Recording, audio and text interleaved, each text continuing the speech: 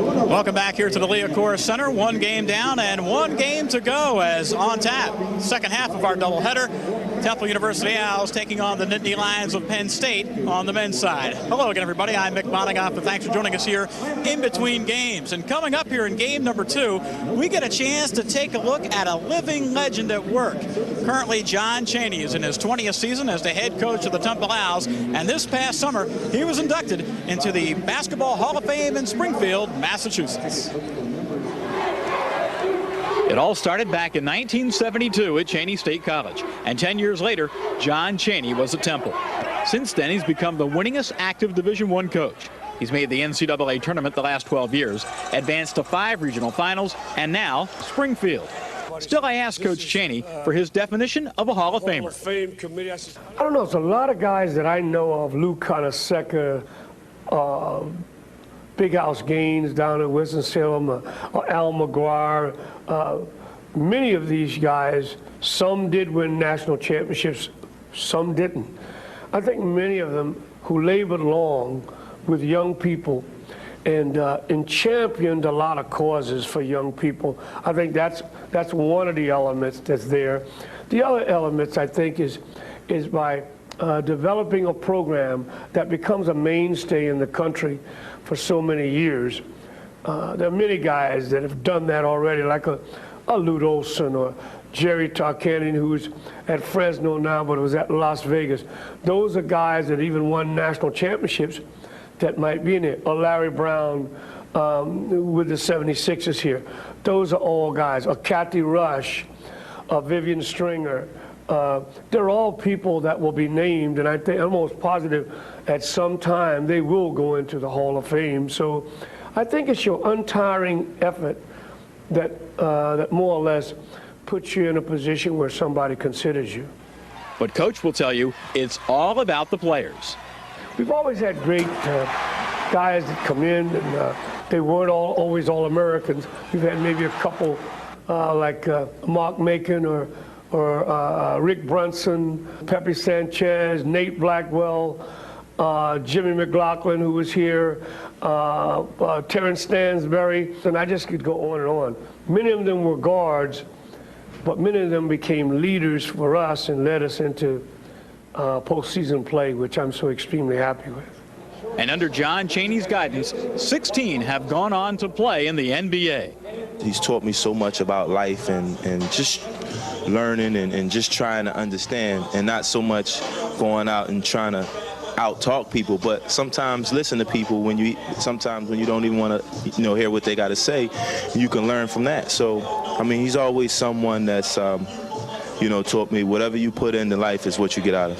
He made me believe that I can do something, you know what I mean? I think, a lot of coaches don't do that. They just want you to play the game, but he made me believe I can be successful.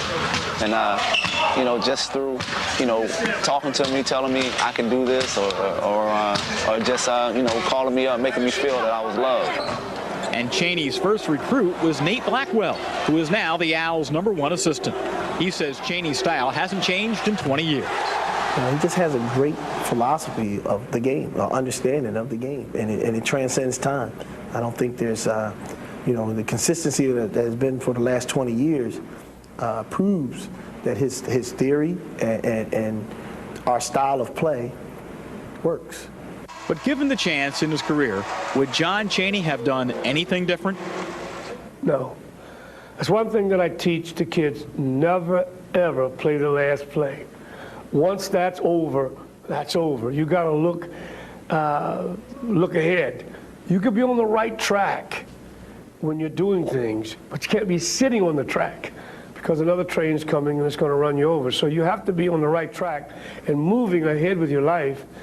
And I think that's what I try to teach to kids all the time. It says here, I, being poor, have only my dreams. I have spread my dreams under your feet.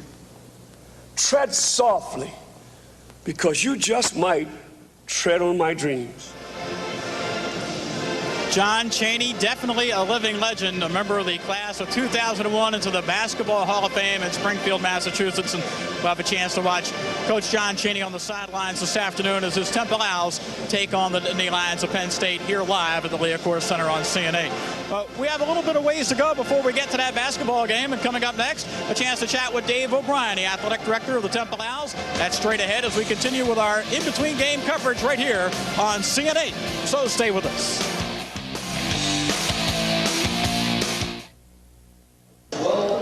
We are back here at LaSalle at halftime with the Richmond Spiders and the LaSalle Explorers tied at 30 all. Hi, everybody. I'm Mick Mottinghoff, and thanks for joining me here at halftime on CNA. A very entertaining first half, but now the entertainment continues because it's time for our annual presentation of, yes, yours truly, Mick Mottinghoff's Best Dressed Coach of the Year.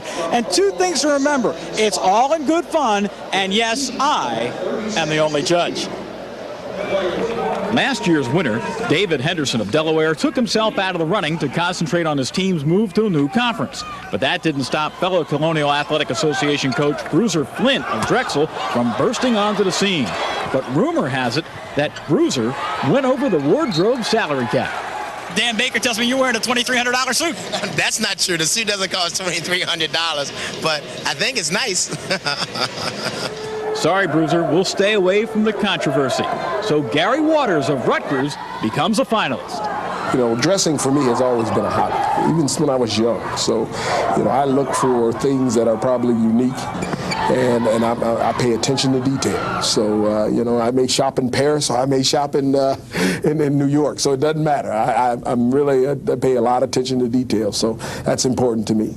And our other finalist is Temple's Hall of Fame coach, John Chaney. There is no coach in this country that has on any finer clothes than me. I mean, when it comes to dress, everything that I have on is the best. I just look like a dog in it myself. But all my clothes are the most expensive clothes that money can buy. My ties are always Armani, Versace, or whatever. Great ties. Donna Karan's, they're always the great. My suits are the finest, but I just look bad in them. Other guys look better. I guess if you hung around a bunch of 18-year-old, 19-year-old kids, you look bad too. So it's coming down to Gary Waters and John Chaney, and to help maybe break this deadlock is a former Best Dressed Coach of the Year, Jay Wright, playing expert analyst with us. Gary Waters, I mean, does he have the wardrobe to get it done? I think Gary's going with his own unique look. You know, he's got that kind of Midwestern, academic, but conservative look. He can surprise you late in the game with that. It can get it done late in the game. But yet it just may be too conservative for the East Coast. Now, John Chaney is a Hall of Famer. He says now he's got the good labels. See, I think Coach Chaney has that unique look, like those movie stars that don't shave. They keep it a little gruff on purpose. He's got those nice clothes, but they look a little gruff because he gets them out of his pants, his shirt's out, and his ties all over the place. But I think it's got a special flair to it, and that Hall of Fame aura around him, it could pull it off. Yes, it will be enough to get it done, as John Chaney is my Best Dressed Coach of the Year. Yeah, it may be an upset, but Chaney's probably not going to the Final Four this year, and he's got to win something. Tell you what, we'll come back in just a moment. You think about that. We have the Regional Conference Report just around the corner. Stay with us on CNA.